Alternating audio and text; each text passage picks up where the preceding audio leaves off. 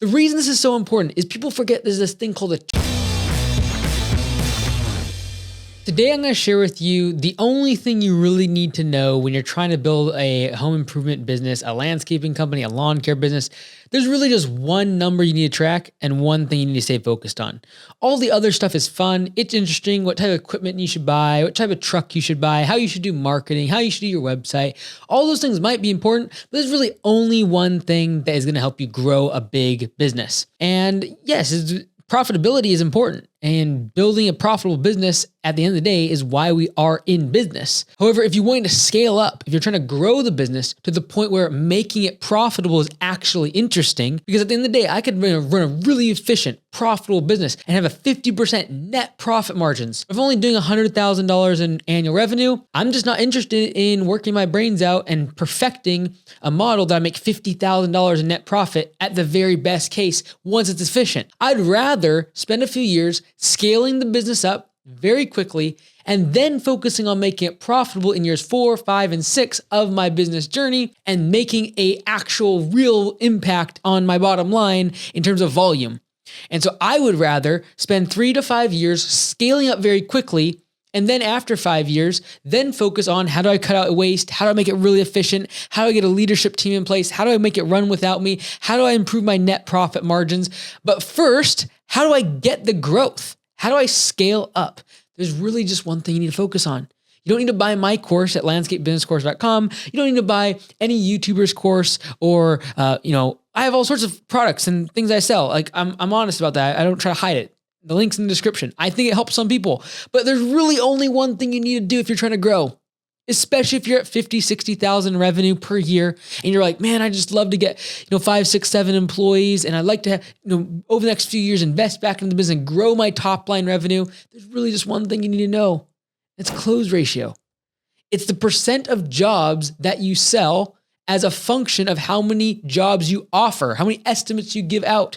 What percentage of the estimates, proposals, the quotes that you give are accepted by customers? The reason this is so important is people forget there's this thing called attrition, especially in recurring based work like mowing, for example. I do a lot of mowing services and we have a lot of recurring work. But what people fail to realize is that you have usually around a 20% attrition rate on services. This is people moving away, people passing away, people selling their house, whatever it might be. And this is going to happen. But this is what's so interesting. This is what people fail to realize. Some people think, well, if I go from a 30% close ratio, if I close 30% of my jobs, then, I'm going to grow a little bit this year because I'm going to lose 20% of my customers. But if I close 30% of my jobs and I have a reliable stream of leads coming in and people know who I am in the community and, I close some jobs, I'll grow a little bit. And the delta there, if you run the math with me on this, you can have a 20% attrition, but if you close 30% of your jobs, theoretically, you have a 10% delta there, right? And so you could say, hey, I'm going to grow. As long as I get enough leads, I'm going to be able to continue to grow my business relatively slowly. And what's really cool though, if I move my close ratio from 30% of my estimates that I get, people calling, asking for an estimate proposal, if I can close 30% of those, what happens to my business when I close 60% of those? You say, well, that's great. You could double the scale, the speed at which you're growing can double because you're going from 30% close ratio to 60% close ratio. And that's the easy math, yes. But I want you to peel back the onion because if you actually look at it, if you take away your 20% attrition, which is going to happen regardless, and now you have that delta of 30%, that you were closing, that percentage, you had a 10% delta, 10% difference between your attrition, 20%, and 30% that you were closing on your estimates. 30% of estimates you were actually getting accepted. But now, if I take this new close ratio of 60% of all the estimates and the leads that I get, I close them, I win that job. Now the delta between my attrition and my close ratio is 40%. Because it's 60% close ratio minus 20% attrition means I have a 40% delta. 40% is 4x the growth that I'm going to see if I have a 30% close ratio. This is what unlocks massive growth. This is why a lot of companies will get to a certain size and they'll stalemate there. They'll just kind of stay stagnant. They won't grow. They'll plateau there in terms of revenue, is because attrition starts to meet their close ratio. And the amount of jobs they're closing every single day is literally just enough to keep them at the same number of customers year after year after year. And so you ask yourself, how do I break that? Yes, I could go marketing and get more leads, and I could spend more money to get the leads and still close at 30%, or I'm going to go close at 60%. And of course, the big question is, well, how do you go from 30% close ratio to 60% close ratio? There's a lot of things you can do. Three that I want to focus on. Number one, your processes. What's your system like? Do you show up in a professional truck? Do you have a professional uniform? Do you have a presentable way of walking the customer through a process instead of just showing up and be like, oh yeah, it's going to cost $4,000?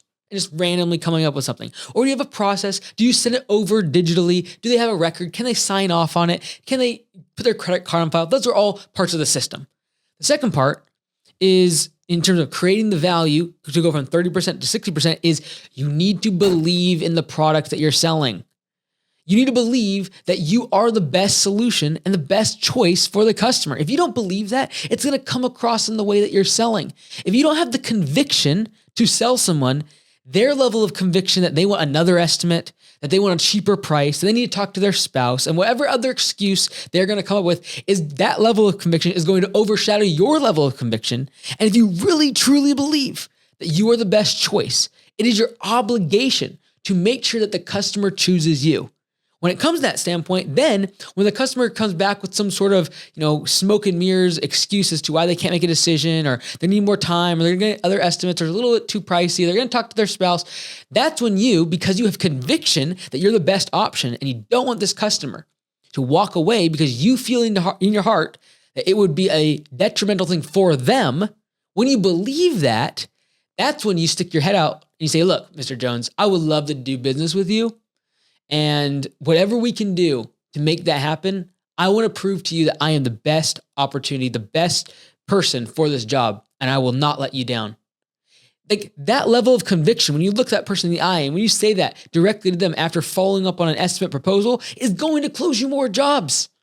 It's going to, again, increase your closing ratio, the number of estimates that are accepted as a function of your total number of estimates. You say, well, how do I get my close ratio? Just take the number of total estimates that were accepted and divide that by how many estimates you sent out in a given period of time, like a month or a week or even a day. Now, the third thing you can do to increase your close ratio, and this is the part where it's a self-fulfilling prophecy, and that is, by increasing your close ratio and getting more jobs, you're going to get better leads. You say, well, how in the world does that work? Well, this is what happens. Because you start closing more jobs, you actually start getting out in the community more. People start seeing your truck more. You're now in neighborhoods that you want to be doing other services in. And now other community members, other neighbors are starting to see you, your truck, you doing your work. And as long as your truck is branded well, as long as you look professional and approachable, people are going to walk up to you. They're going to ask you to do work on their property. And you're not going to have to go spend money on marketing. These are the best leads. The ones that walk up to you and say, hey, I saw you work on Mr. Jones' property. I would love to get that same thing done on my property. That's the highest quality lead, because that person is going to be willing to pay a premium price, and they're willing to pay up because guess what? They're not getting other estimates. They're not going to go get 5 estimate proposals off HomeAdvisor and Angie's List and submit 3 different bid proposals. They're not going to do that. They're coming to you because they saw the work that you did just down the street. So it's a self-fulfilling prophecy of higher close ratio, getting more work, people seeing you more in the community, people coming and walking up and asking you for your card, getting another estimate. That's a self-fulfilling prophecy of now those people have a higher close ratio because they're not going and asking for 4 other bids. They're not comparing against 3 other people. And they are the highest quality clients. They're the ones that are willing to pay a premium price for a premium product and service. So at the end of the day, there's a lot of things you can talk about in any business. Lawn care, landscaping, we can talk about the blades. We can talk about the type of weed whacker you use and what type of truck you use. That's all fine and good. But if you're trying to grow those first few years and try to scale up, the only thing that matters is your close ratio. I don't care if you have 4 or 5 estimates in the month, or you have 50, 60, or 70 estimates in the month, or if you have 400 or 500 estimates in a month.